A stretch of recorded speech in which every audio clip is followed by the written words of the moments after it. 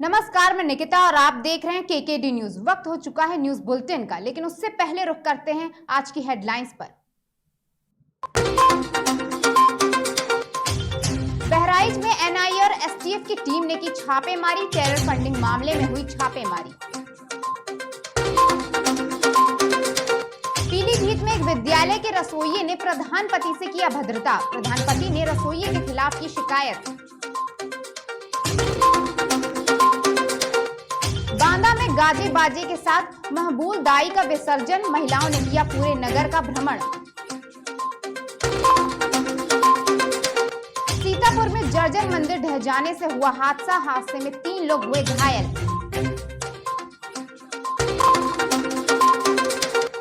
बांदा में तेज बारिश के चलते ढहा कच्चा रिहायशी मकान के गिरने से एक वृद्ध की हुई मौत।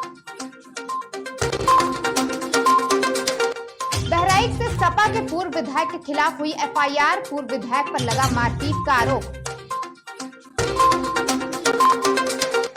बरेली के प्राचीन मेला ग्राउंड में खड़ी फसल से नाराज हुई कमेटी ने लगा मेला स्थगित करने का लिया फैसला।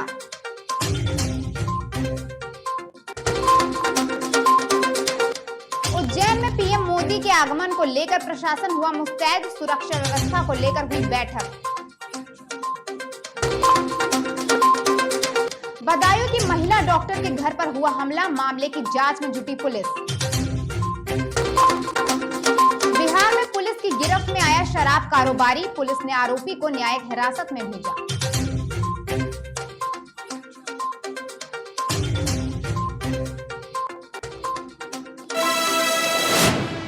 अब रुक करेंगे इस वक्त की न्यूज बुलेटिन पर। प्रधानमंत्री नरेंद्र मोदी के जन्म दिवस के अवसर पर जनपद में चलने वाले सेवा पखवाड़ा कार्यक्रम के अंतर्गत जिलाधिकारी अनुराग पटेल ने विभिन्न विद्यालयों के छात्र छात्राओं की जल यात्रा रैली को हरी झंडी दिखाकर रवाना किया। वहीं इस रैली में बच्चों के साथ जिलाधिकारी एवं अन्य अधिकारी गण भी पैदल चलकर केन नदी तट तक गए। बता दें कि इस जल यात्रा रैली का उद्देश्य जल को बचाने तथा जल संरक्षित करना है।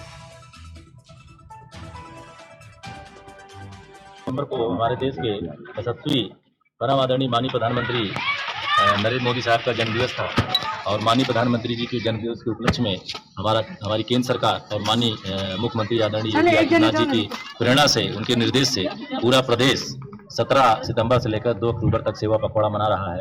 और प्रतिदिन जितनी तारीखें इस बीच में पड़ रही 17 से लेकर 2 अक्टूबर तक कोई न कोई कार्यक्रम माननीय मुख्यमंत्री जी के निर्देशानुसार और माननीय प्रधानमंत्री जी की प्रेरणा से उनसे जो उनके स्वप्न है उसको पूरा करने के लिए इस पखवाड़े में हर दिन कोई न कोई कार्यक्रम आयोजित किया जा रहा है। 17 को उनका जन्म दिवस था माननीय प्रधानमंत्री जी का, तो रक्तदान किया गया। इसी क्रम में आज माननीय प्रधानमंत्री जी का जो स्वप्न है कि एक बूंदी बचाई जाए, उसके क्रम में आज पूरे जनपद में जल जीवन मिशन के अंतर्गत जल यात्राएं निकाली जा रही हैं। हमारे 1725 प्राइमरी स्कूल और जूनियर स्कूल हैं और 200 हमारे जो इंटर कॉलेज हैं, हाई स्कूल कॉलेज हैं, इन सब में करीब 2 लाख बच्चे, 2.25 लाख बच्चे आज जल यात्रा निकाल रहे हैं और लगभग 2000 किलोमीटर की जल यात्राएं हैं। इस जल यात्रा से हम माननीय प्रधानमंत्री जी के सपनों को माननीय प्रधानमंत्री के निर्देश। पीलीभीत के मझोला के ग्राम पंचायत बहरुआ कॉलोनी में प्रधान पति के साथ अभद्रता का मामला सामने आया है। बताते चले कि प्रधान ममता देवी ने विद्यालय में भोजन में अनियमितताओं की शिकायत की और उसे लेकर विद्यालय का निरीक्षण किया और रसोइया से सवाल पूछा, जिस पर रसोइया ने उनके साथ अभद्र व्यवहार किया। जिसके बाद प्रधान पति ने ग्रामीणों को साथ मिलकर जिलाधिकारी को लिखित शिकायत पत्र देकर कानूनी कार्यवाही की मांग की है। अनजाने में साफ करे जाते सूड़ी बच्चों को सूड़ी वाली सामने चला गया। आज मैं तो जब आया तब मैंने जांच करी स्कूल की जांच करके मैंने पाया कि इनकी रसोइया में चावलों में सूड़ियां थी। वही सूड़ी वाला भोजन बच्चों को बना के खिला रहे हैं। आज साफ कर रही थी ना सफाई की, जिसका नाम सपना घोष है, कि लापरवाही से जो है क्या नाम, इसमें बच्चों के खाने में हमने जब जाँच करी तो यहाँ सूड़ियाँ पाई गई। जब हमने उससे कहा तो वो बहुत उल्टा सीधा हम पे जो है आरोप लगाने लगी और जो है हमें गाली गलौज करने लगी, हमें अक्सर पे कहने लगी। किस स्कूल का मामला है ये? हमारे बहरुआ कॉलोनी के ग्राम पंचायत प्राथमिक विद्यालय बहरुआ रानी कॉलोनी का।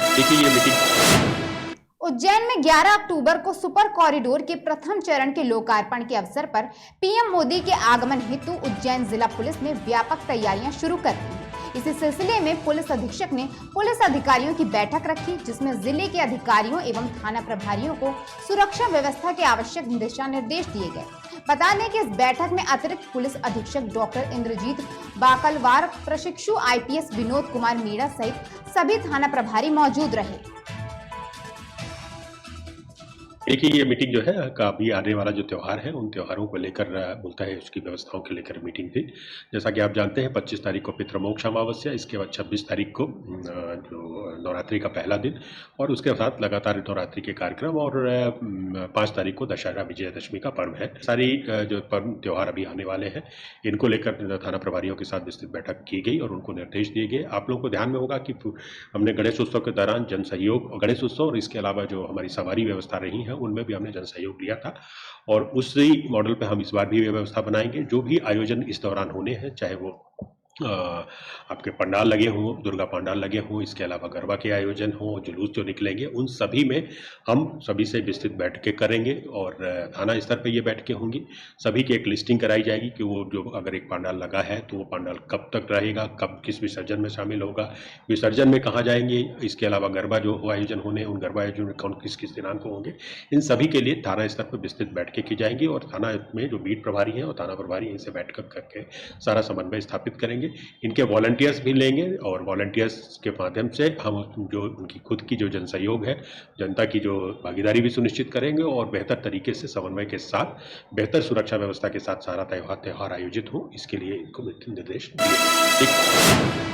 खबर पश्चिम चंपारण बेतिया के साठी से है, जहां पुलिस ने 4 लीटर देसी शराब के साथ एक कारोबारी को गिरफ्तार किया है, जिसकी पहचान बसंतपुर गांव निवासी ब्रिजेश मुखिया के रूप में हुई। इस संदर्भ में गिरफ्तार कारोबारी को बिहार मद्य निषेध उत्पाद अधिनियम के तहत मामला दर्ज कर न्यायिक हिरासत में भेज दिया गया है।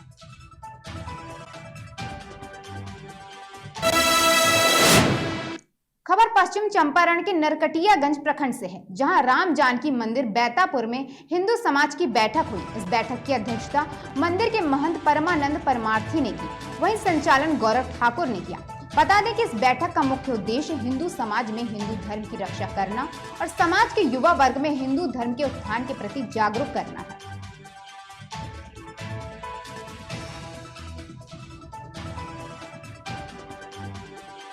तो हिंदू युवा पीढ़ी दिग्भ्रमित हो चुकी है, उसको धीरे धीरे ही सही उसको सही दिशा में लाया जाए, उसको धर्म के पथ पे अग्रसर किया जाए और धर्म रक्षार्थ कार्य पे हम लोगों का एक रणनीति बना कि हम लोग सभी हिंदू समाज को एकजुट करेंगे, धीरे धीरे ही सही लेकिन एकजुट करेंगे और जो कुरीति है उसको मिटाने का प्रयास करेंगे। यह बैठक श्री राम जानकी मंदिर बैतापुर के प्रांगण में किया गया।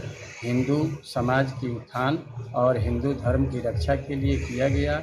इसमें युवाओं का भागीदारी रहा और फिर इसका अगले बैठक में इस पर रणनीति तय की जाएगी कि क्या करना है क्या नहीं करना। बैठक में किन किन विषयों पर चर्चा की गई? हिंदू धर्म की रक्षा के लिए, हिंदू धर्म में जागरण लाने के लिए, उत्थान लाने के लिए। जनपद बदायूं में महिला डॉक्टर ने अल्पसंख्यक आयोग के पूर्व सदस्य मनोज मसीह सहित 5 लोगों के खिलाफ मुकदमा दर्ज कराया है। डॉक्टर का आरोप है कि पूर्व सदस्य ने अपने परिवार के साथ मिलकर उनके घर पर हमला किया और उनकी बेटी का अपहरण करके ले गए। वहीं पुलिस मुकदमा दर्ज कर मामले की जांच में जुट गई है।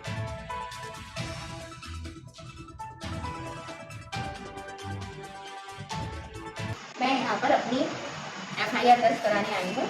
मनोज मसीह ने मेरी बेटी को मेरे घर से अगवा करा है। उनके बेटे ने, उनकी पत्नी ने 17 तारीख को, इसी 17 तारीख को 2 दिन से मेरी बेटी मुझे नहीं मिली है।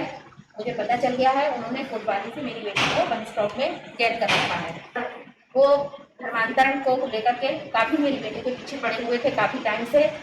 जिनमें बेटी जानी शुरू हुई उसके बाद मुझे पता चला, क्योंकि मेरी बेटी ने घर पे आके 2 बार मुझसे कहा कि मम्मी हम लोग क्रिश्चियन बन जाते हैं, काफ़ी पैसा मिलेगा और हम लोग को बहुत फायदा होगा और तुम्हारा अस्पताल भी बनवा देंगे वो लोग। मनोज मसीह जो है वो अल्पसंख्यक के राज्य मंत्री हैं। इस तरह से उनसे बातें उसके दिमाग में भरी गई कि बहुत सुविधाएं मिलती है ईसाइयों को, बहुत इस तरह से बहुत फायदा है, हमें हमारे भाई को पढ़ाई भी फ्री कराई जाएगी। इस तरह की उसके बातें दिमाग में डाली गई। लेकिन मैंने उसे उस टाइम डांट दिया और मैंने बहुत हल्के में लेकर, मैंने कहा बच्ची है कोई बात नहीं। मैंने अपनी बेटी पढ़ने के लिए दिल्ली भेजी, आकाश इंस्टीट्यूट में नीट की कोचिंग के लिए। वहाँ भी इनकी पत्नी, इनकी बेटी और इनका बेटा कंटिन्यू। खबर सीतापुर के इमलिया थाना क्षेत्र से है, जहां जर्जर मंदिर ढह जाने से 3 लोग दब गए। सूचना पर पहुंची पुलिस ने सभी घायलों को इलाज के लिए अस्पताल में भर्ती कराया। वहीं राष्ट्रीय हिंदू शेर सेना के जिला उपाध्यक्ष विवेक हिंदू भी मौके पर पहुंचे और उन्होंने घायलों का हालचाल जाना।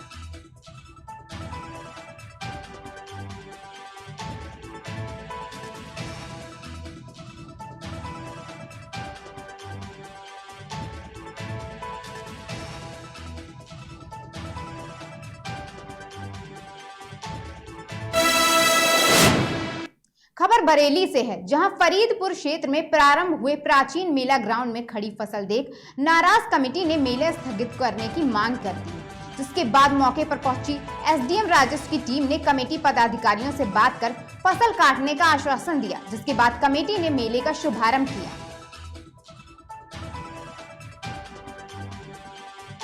निस्तारण हुआ वो मतलब क्या कहते हैं, वो कटवाएंगे अपनी फसल जो हमें ऐसे चलता आया है। और क्यों रुकावटें आ रही थी, उसका कारण क्या? रुकावटें ये आ रही है कि लोग कह रहे हैं कि हमारी भूमि है, हमें शासन सहयोग नहीं कर रहा। कौन लोग कह रहे थे हमारी भूमि? यहाँ भूमाफिया लोग। कौन, नाम नहीं?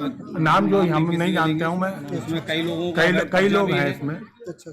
हमारे यहाँ पे 22.5 बीघा जमीन है मेले बंजर जो उसमें होता था। अब क्या हो गया, जो है जगह हमें जो मिले तो जो जिसमें होती है हम किसी की जगह पर नहीं जाते हैं, लेकिन लोग जब है तो अपनी दिखाएं, अपनी ले जाए। हमने कहा, फिर भी हमने सहयोग के लिए सबसे के पास गए और कहा कि भाई अपना मेले का सहयोग करो। मेले का सहयोग करने के बावजूद भी मतलब जो है उन्होंने सहयोग नहीं किया और कब्जा बरकरार है। और बाकी यहाँ के आप खुद ही सिचुएशन देख लीजिए, मेले ग्राउंड की सिचुएशन देख लीजिए कि कितना अतिक्रमण है। अच्छा, मौके पर कोई अधिकारी आया? मौके पे अब आज अभी अधिकारी एसडीएम साहब कई बार बुलाने पर आज आई है। एसडीएम साहब जब मैं मेला स्थगित करने मामला बांदा शहर के कोतवाली अंतर्गत ग्राम पंचायत मवई बुजुर्ग का है, जहां अज्ञात वाहन ने एक गाय को टक्कर मार दी, जिसके बाद गौवंश रक्षा समिति के जिला अध्यक्ष महेश प्रजापति की सूचना पर पहुंची विश्व हिंदू गौरक्षा समिति के लोगों ने डॉक्टरों को सूचित किया, जिसके बाद डॉक्टरों की टीम ने घायल गाय का इलाज कराया। यहाँ पे सूचना मिली कि एक गौवंश रोड पर बैठा हुआ जो रात में अज्ञात ट्रक के द्वारा उसको मतलब घायल कर दिया गया। तो काफ़ी घायल अवस्था में थी, देखा गया कि और पशु विभाग की टीम को अवगत कराया गया। पशु विभाग की टीम आई, पूरी टीम सहित और उन्होंने इलाज किया और ग्राम प्रधान जी मौजूद रहे, मौके में मौजूद रहें, सभी ग्रामवासी मौजूद रहें। हमारी मांग यही है कि सभी गौवंश रोड पर न बैठे, उनको सुरक्षित स्थानों में रखा जाए और आंतरिक घटनाएँ लगातार बढ़ रही हैं। गौरक्षा समिति लगातार गौ संरक्षण अभियान भी चला रही है, लोगों को जागरूक भी कर रही है, सभी गाँव में जाया जा रहा है। ये ग्राम पंचायत मवई है और यहाँ पे सूचना मिली कि एक गौवंश को जो है घायल अवस्था में है, तो उसका ट्रीटमेंट किया गया। उसके पेट में बड़ा घाव था कटा हुआ, जिसका पूरी तरीके से इलाज कर दिया गया है।